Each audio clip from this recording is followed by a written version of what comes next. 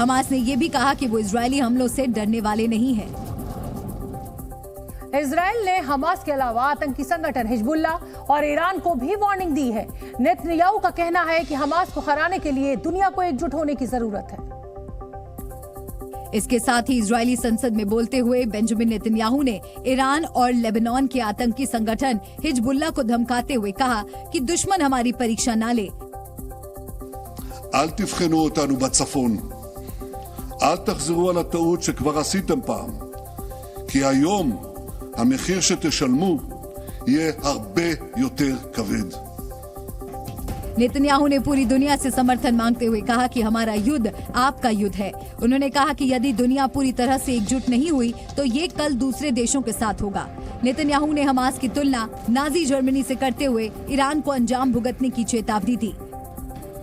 הרבה יותר כבד.